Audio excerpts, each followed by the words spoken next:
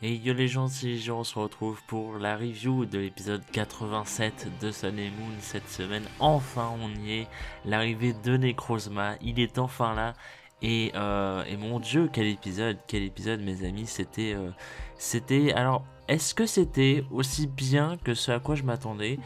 Je ne sais pas, je dirais que c'était différent, mais que c'était peut-être tout aussi bien, mais pas dans le même état d'esprit, entre grosses guillemets. Je sais pas trop comment exprimer ça, mais dans le sens où je m'attendais peut-être à autre chose, à peut-être pas forcément plus d'action ou pas, parce qu'au vu de la preview et vu des spoilers, on savait que voilà, ça allait être un début plutôt calme, un début d'arc plutôt classique, quoi, normal, et encore heureux, parce que s'ils balançaient toute la sauce dès le début, ça serait un petit peu chiant pour la suite. Donc voilà, d'ailleurs j'y reviendrai peut-être ça si j'y pense en fin de review, mais j'ai peut-être un peu peur pour la suite de l'arc, et je reviendrai là-dessus si j'y pense. Donc, oui, que dire de cet épisode? C'était très bien, surtout la fin. Et bon, si vous avez vu l'épisode, vous savez pourquoi. Sinon, je vais me faire un plaisir de vous le dire. Mais la fin et la construction de l'épisode en lui-même était très bonne. Elle n'était pas parfaite, ni exceptionnelle, ni quoi que ce soit. Mais elle était vraiment bien faite. Et c'était très cool à suivre, en fait. Du coup, voilà. Donc le speech de l'épisode, c'est tout simplement que en fait la région d'Alola est obscurcie par un ciel qui est anormalement couvert, et en fait ça a des espèces de répercussions sur les adultes, que sur les adultes. Les Pokémon et les enfants, eux, sont épargnés, ce qui font que les héros sont considérés comme des enfants, ils sont épargnés du coup.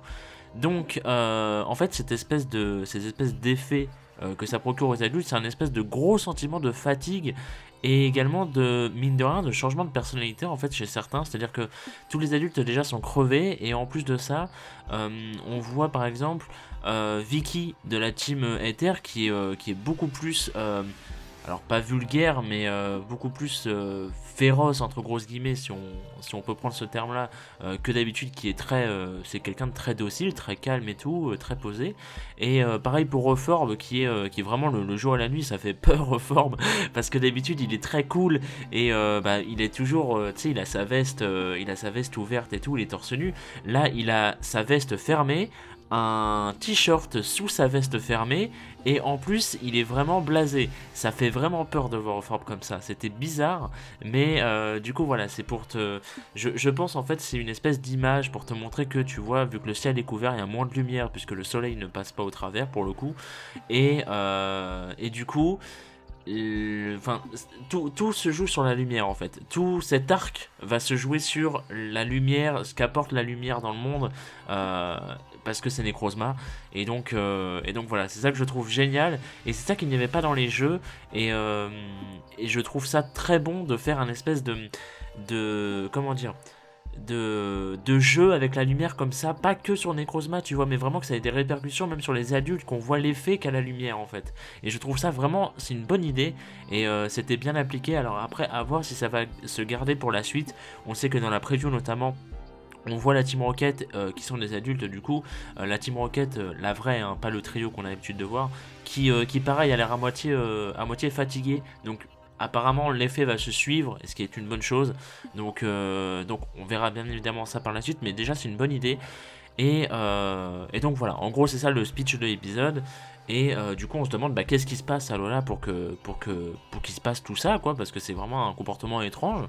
Et enfin tu vois, parce que c'est pas juste un ciel qui est couvert, tu vois, c'est pas juste parce que le ciel est couvert que les adultes sont blasés. C'est justement, c'est là qu'en fait qu'il y a la double dimension entre guillemets. C'est que t'as le ciel qui est couvert, d'accord, mais ça, du coup, ça laisse pas passer la lumière, et du coup, c'est ça le problème, tu vois, c'est ça qui interagit. Et j'aime beaucoup cette espèce de sous-lecture, si on peut dire, j'en sais rien, mais voilà. Et maintenant on va passer au point que j'ai abordé dans cet épisode, et il y en a pas mal. Cette fois-ci ça va être une review un peu plus longue que d'habitude, j'espère qu'elle vous plaira mine de rien. Donc premier point, Lily qui raconte en fait, à un moment elle raconte au héros que sa mère lui contait une histoire en fait quand elle était petite, à elle et Gladio, à savoir l'histoire de Necrozma. Voilà. D'après ses souvenirs, en fait, il serait apparu sur Terre pour apporter la lumière, et au final, il était un peu vidé parce que du coup il a expulsé toute la lumière qu'il avait emmagasinée. Du coup ça fait qu'il s'est à moitié vidé, il avait plus de force, et du coup Solgaleo et Lunala sont apparus, lui ont rendu assez de lumière pour repartir chez lui, Et donc voilà, donc la lumière représente vraiment sa force. Vous voyez, on va beaucoup évoquer la lumière dans Stark, ce qui est très bien, je trouve, surtout pour Necrozma, bon voilà. Et ce qui est marrant, c'est que du coup c'est très différent des jeux, parce que dans les jeux c'est pas du tout ça qui est dit, mais ce qui est très important, c'est que dans l'épisode, d'ailleurs peu de temps après ça, c'est-à-dire que Lily nous raconte ça et genre 5-10 minutes après, on a justement l'autre truc que je m'apprête à vous dire, c'est qu'en fait, plus tard, Elsa Mina va montrer une fresque au héros sous l'altar du soleil, je crois que c'est ça, enfin, c'est une fresque dont elle-même ignore la signification en fait, parce que c'est écrit avec un ancien alphabet qu'elle n'arrive pas à décrire, et ce qui semble être la véritable légende de Necrozma. Donc, à mon avis, ce qui se passe, c'est qu'on va avoir la vraie légende de Necrozma telle qu'on l'a dans les jeux, dans l'animé. Le problème étant que Lily, enfin, en tout cas ce que Elsa Mina sait et ce qu'elle a raconté du coup à Lily et Gladio quand ils étaient gosses, ce serait une deuxième version non officielle, parce que je vous rappelle que la version des jeux, pour vous rendre compte à quel point j'attendais Necrozma et à quel point j'adore Necrozma, comment dire, le personnage entre guillemets de Necrozma du Pokémon, c'est que Necrozma en fait c'est un être vivant dans une autre dimension, d'accord, qui est rempli de lumière. Il est la lumière en fait, littéralement. Et en fait, il a tellement de lumière en lui qu'il arrive à éclairer plusieurs dimensions à la ronde. Vous vous rendez compte de ça? C'est-à-dire que la lumière, c'est dit dans les jeux, hein, c'est dit dans les jeux ce que je vous dis, la lumière qu'on a à Alola, dans les jeux, elle provient de Necrozma qui l'émet depuis sa propre dimension. Il faut bien se rendre compte de ça, c'est-à-dire que le machin traverse plein d'ultra brèches, et c'est-à-dire qu'il apporte la lumière pas que sur nous, mais également dans les autres dimensions. C'est ça que je trouve incroyable avec Necrozma, c'est la puissance qu'il dégage.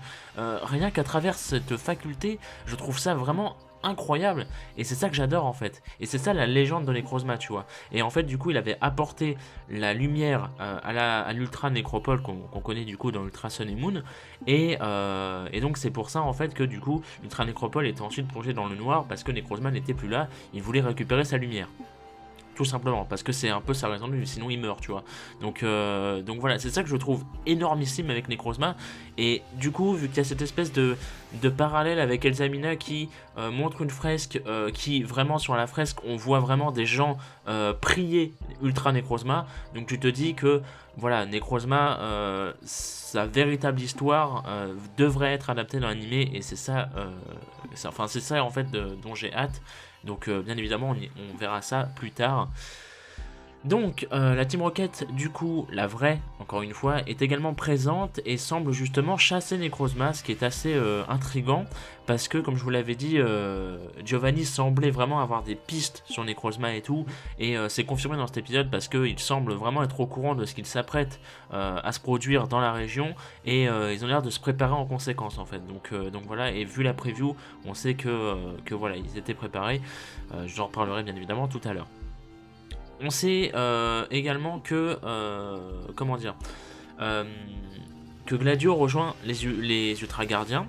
Déjà, en fait, ce qui se passe, c'est que pour dégager l'espèce de ciel obscurci, la Team Ether en fait crée une machine pour dégager les nuages, tout simplement. Parce que voilà, ils peuvent le faire, donc pourquoi pas. Mais le problème c'est qu'elle manque de puissance, et du coup grâce à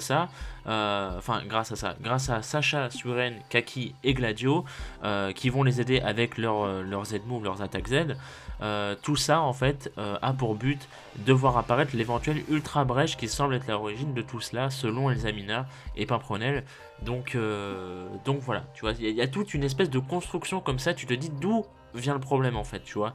Et en fait apparemment il y aurait une ultra brèche qui serait un peu suspecte et tout, dont il faudrait surveiller l'activité, etc. Le problème c'est qu'ils la voient pas du coup à cause du ciel, donc ils sont obligés de dégager le ciel comme ça et tout. Et c'était assez cool comme comment dire, comme scène où tu vois les quatre avec leurs Z-move et tout, et je me dis c'est bien, c'est cool, tu vois, les ultra gardiens. Il n'y a pas que Sacha, tu vois, qui a de l'importance maintenant, tu as vraiment Kaki, Suren et Gladio en plus, donc c'est plutôt cool. Donc voilà. Et maintenant on va parler de la fin de l'épisode, qui est une scène qui pour moi déjà va rester mémorable, parce que c'est incroyable. La scène de fin, si vous voulez. La scène de fin, je pourrais passer une demi-heure à en parler, alors ce n'est pas le but. bien évidemment on va pas le faire, mais c'était dingue dans le plan de l'efficacité, parce qu'en fait, si vous regardez la mise en scène, pardon, est extrêmement simple, et elle est très simple, très basique, mais qu'est-ce qu'elle est efficace, mon dieu. C'est ça qu'on aime dans Pokémon, c'est que les mises en scène sont très simples, voire même clichés, mais pourtant ça marche trop bien. C'est efficace comme pas possible en fait. C'est-à-dire que la mise en scène, quand il dégage les nuages, il voit une ultra brèche et qu'est-ce qui sort de cette ultra brèche? C'est pas Necrozma, en tout cas pas tout de suite. C'est Lunala. Et Lunala qui, du coup, ce qui était vachement bien en plus dans cette scène, c'est que tu vois Lunala qui sort et tout, tu vois, et tu vois la réaction des héros. Et ça, c'est un truc tout con, tu vois. Mais j'ai adoré ça parce que la réaction des héros, qui sont là pour une fois, pas en mode tu vois, oh il se passe quelque chose d'anormal, etc. et tout. Ils sont là, ils sont émerveillés de voir Lunala. Et t'as même Mamane qui se dit à un moment, putain c'est génial, on a vu Solgaleo l'autre jour et maintenant on voit Lunala, c'est trop bien la chance qu'on a et tout. Et c'est ce qu'il faut. Enfin, on manque cruellement de choses comme ça, même dans Pokémon, même dans n'importe quel anime, tu vois, mais quand il se passe quelque chose, il y a un côté humain qui devrait ressortir, tu vois. Et là, pour le coup, les héros l'ont eu, je trouve, le côté humain, à savoir d'être émerveillé, tu vois, parce que c'est une légende, et parce qu'ils pensaient jamais le voir, Lunala, tu vois, comme Solgaleo, et donc ils se rendent compte de la chance qu'ils ont, ils sont là en mode, waouh, c'est incroyable et tout, tu vois. Et c'est tout con, mais je trouve ça vachement bien pour... pas pour développer, tu vois, parce qu'on peut pas vraiment parler de développement, mais pour comme ça vraiment en tant que côté humain, je trouve ça vraiment cool comme ajout. Et donc voilà, et juste après que Lunala soit sortie et que justement tout le monde soit émerveillé, arrive bien évidemment Necrozma qui arrive de cette ultra brèche et qui fait peur à tout le monde avec son cri très strident. Je m'attendais pas à un cri comme ça pour Necrozma. D'ailleurs Lunala qui a le cri de Giratina, c'est assez chiant, mais bon, voilà. C'est assez chiant parce que Lunala a le cri de Giratina, Giratina a le cri de Giratina, vous me direz c'est normal. Yveltal a le cri de Giratina si je me trompe pas. Donc c'est vrai que c'est chiant en fait, ça commence à faire beaucoup, vous voyez. Parce que je sais qu'il y a au moins 3 légendaires qui ont le cri de Giratina, dont Giratina lui-même évidemment. Et sur le coup tu te dis, c'est chiant quand même. Sur le Galio, vous avez réussi à lui faire un cri, pourquoi pas Lunala? Alors le cri va bien Lunala, tu vois, mais t'es là en mode bah c'est Giratina quand même à la base, donc c'est chiant. Mais bon, voilà, après c'est un détail. Mais oui, du coup Necrozma qui, pendant tout l'épisode d'ailleurs, Necrozma semble en vouloir à Solgaleo Lunala, parce qu'en fait il les poursuit dans les ultra brèches et tout. Il y a même un moment où il élimine entre guillemets Solgaleo, enfin il l'attaque et il essaye il essaye d'attraper Lunala, sûrement pour l'absorber, j'imagine, je ne sais pas trop. J'imagine vu la preview encore une fois, mais il fail et du coup Lunala voilà, et Lunala du coup arrive oui bah, à Lola tout simplement, et ce que je trouve génial c'est que ça m'a énormément rappelé le Dialga Palkia Darkrai, le film que je surkiffe, c'est un film que j'adore, et ça m'a énormément rappelé le début en fait où Palkia arrive pour se cacher et Dialga s'en bat les couilles, il arrive pour le tuer, tu vois, et je trouve ça trop bien.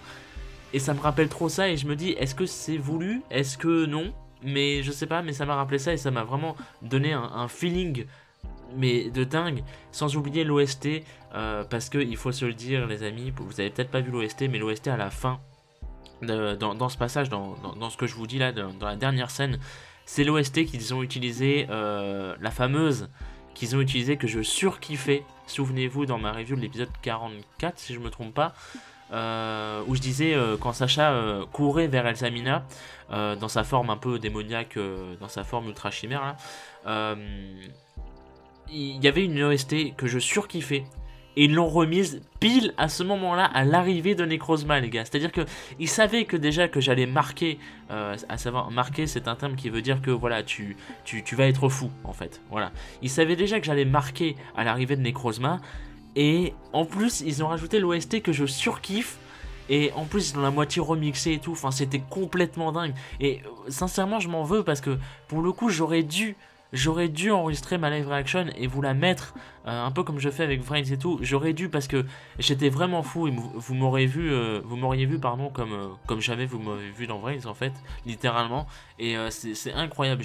J'ai tremblé de joie, j'ai tremblé de hype. J'avais un sourire à la con et tout. J'étais trop dedans. Je gueulais limite devant mon écran. J'étais en mode putain c'est trop bien.